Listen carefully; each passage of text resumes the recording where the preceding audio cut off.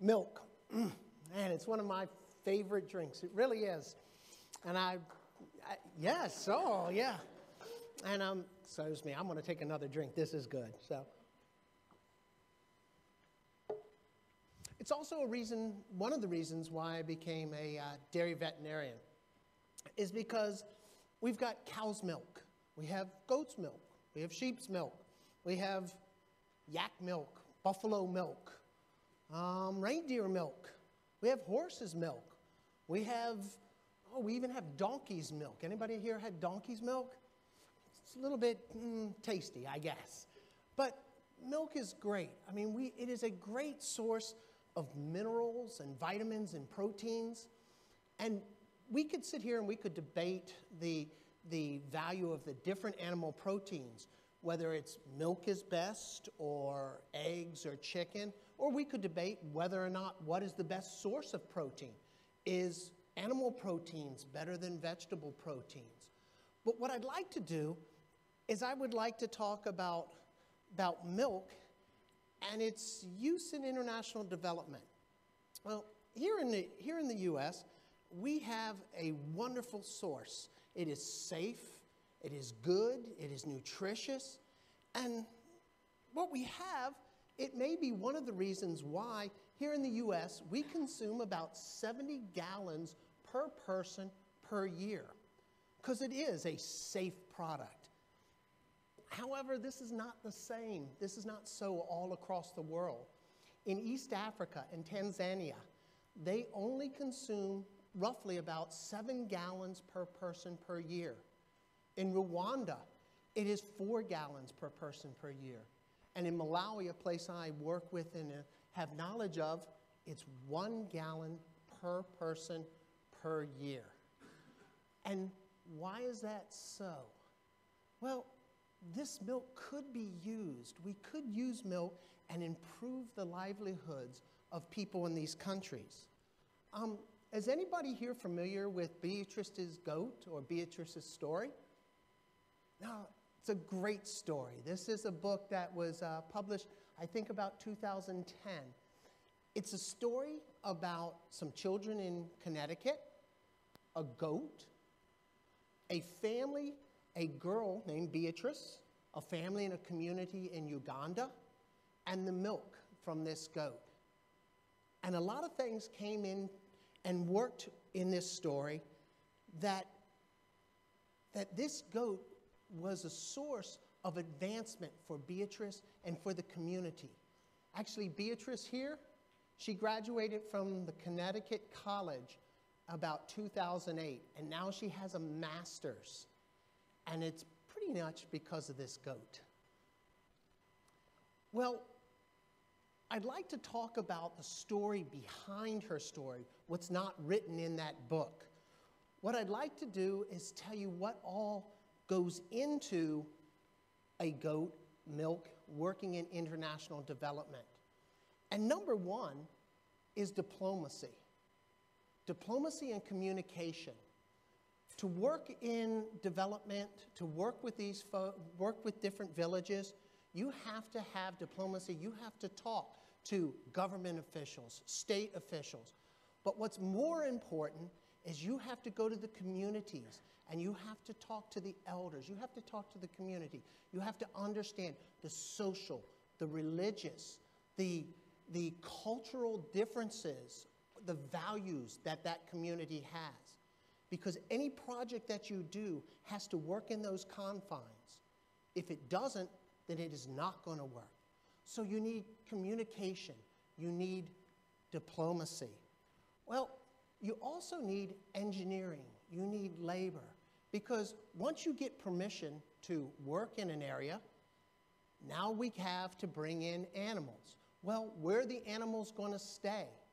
Here in Texas, we think of putting them out on the range. We think of putting them in pastures. Well, there aren't the fences out there. Actually, if you put the animals, cows or goats, out on the range, what are they going to do? They're going to go to the crops. They're going to go to the corn. They're going to eat those corn and those crops. So you have to have some way to control those animals. And one way is to build a corral. And so what goes into building that corral? What knowledge do you need to build a corral? These corrals also protect the animals, protect the goats from those four-legged predators. And more important, probably they protect them from those two-legged predators that are running around and trying to steal those animals. So you think, okay, we've got diplomacy, we've got communication, we have engineering, manpower. We've got all of these things that go in to make these different corrals. And this corral here is one, the earlier one was for goats. This one here is for a couple cows. And so where do the cows stay? How do they get milked? Now, if you notice, if we keep the animals in a corral, how do they get fed? Where's the manpower? I mean, we can't let them out and just roam around to eat. So how do they get fed? Where does the water come from? So you have to think about what you're going to feed these animals. You cannot go down to the feed and seed and buy a sack of alfalfa cubes.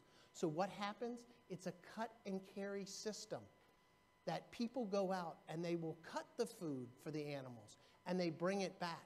This gentleman was pretty ingenious. He went ahead and built himself a wheelbarrow so that when he cut the green fodder, the green chop, he could bring a lot of it back. Most of the time, this is done by the women and the children, and they bring back small bags, small handfuls. So you can see how much it would take for someone to feed a cow or a goat. Well, what about the water? Well, a lot of times, the most consistent place for getting water is the borehole. Not every house has a borehole. Not every corral has a borehole. So the water, the transport of that water from this borehole to the animal, to the goat, to the cow. And think about how much water a cow drinks. I mean, it's gallons and gallons of water. And how is that water transported? By the women and children on top of their heads. So a lot of energy goes into keeping these animals healthy and safe. All right, so now we've gone through some of those problems of where do we keep the animal, how do we feed it, how do we bring water. But now we have the animal here, and what about training? What about animal husbandry? What about, we're talking about milk. What about milking hygiene? What about the diseases that can be spread by milk? I mean, again, us here in the U.S., we see this glass of milk, and the first thing we think of is, gee, is it whole milk or is it skim milk? And this is good old whole milk. Sorry, I love it. But we never think of, am I going to get sick? Is there anything bad in here for me? Cholesterol, you know, we talk about that, but what diseases are in here? Well, I've just last week was talking with two of my colleagues from Tanzania, and we're talking about this. What about the safety of this milk? Because what can be transmitted from this milk? Campylobacter, salmonella, listeriosis, brucella, tuberculosis. Actually, tuberculosis in milk is why we have pasteurization. Tuberculosis used to be milk that was a major cause or a major factor for tuberculosis was milk. So what about that? How do we keep the milk safe for people? Well, one is doing surveys, looking to see what diseases are out there. Not just what diseases will affect the animal and kill the animal, and there is a skew of those. But what about the diseases that can infect the milk? Well, so then we have to do surveillances. And this is a picture of my colleague, Dr. Karen Smith, as she's working. You might be able to see that goat there she is working on, but she's doing surveys looking for tuberculosis, which this picture reminds me, another thing you need, another skill that comes into this using milk as a tool for development. It's crowd control. The kids. There are kids everywhere. I remember going out and there were no children when I first got to a village. Well, then within a minute there were 2 children. Within 2 minutes there were 10 children. And within 5 minutes, at least 50 kids. So you have to have cow control. Yes, you need that too, but you need to have crowd control. You have to work with these kids. You have to let them know what you're doing, because you have to remember, you are Saturday night's entertainment, Saturday's afternoon entertainment, because you're doing something they don't see a lot of. So this is an aspect of it. So that was just some of the aspects of that cow and of that milk. Here's a gentleman, a young boy who now has his milk. Well, what other aspects go into this story of using milk as a tool for development? How does he get that milk to market? What marketing skills does he need? How does he store that milk? How does he keep that milk from going bad? How do we know that there's quality milk? What about transportation? What about credit? What about laws, taxes? I mean, there's so many things behind this story of using a goat to help Beatrice come to get her education. You have to think about all of these things. But now, what are some of the good things that can happen? I talked about some of the constraints, but what are the good things that happen? Well, remember, this is a wonderful source of protein. This is a wonderful, nutritious commodity.